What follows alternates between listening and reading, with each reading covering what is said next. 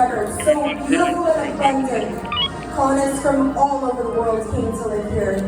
Back then, we called this little slice of heaven the 13 Colonies, which was claimed by Great Britain and King George III.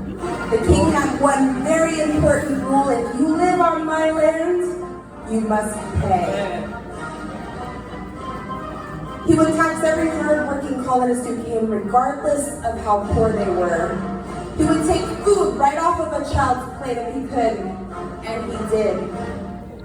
The colonists were sick of it. They were so sick, they demanded a change.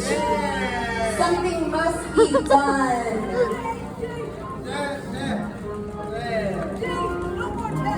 7 very important men. 7 brave men came together in Philadelphia at the Second Continental Congress.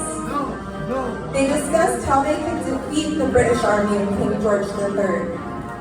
George Washington stepped up and declared that he could lead the Continental Army to a victory against Britain. They would fight and surely win. That was their promise. The 7 men agreed with this decision, saddled up on their horses, and headed back to Massachusetts. The colonists were excited and happy to fight against the people who were stealing their money. Woo! So, in this corner, wearing clean, fancy red coats, armed with the top-of-the-line weaponry, perfectly shined boots, and tummies full of the finest, richest foods, all funded by yours truly, the American taxpayers. The red coats!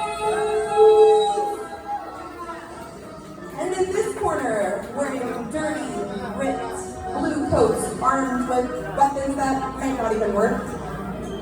No shoes and empty, hungry, starving tummies because we gave all of our money to the king. The blue coats!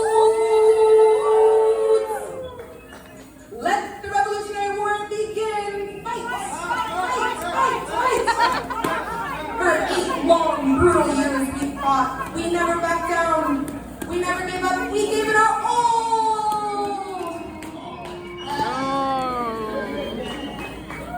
Red coats, boom. Pistol smoke and dirt filled the air. Fire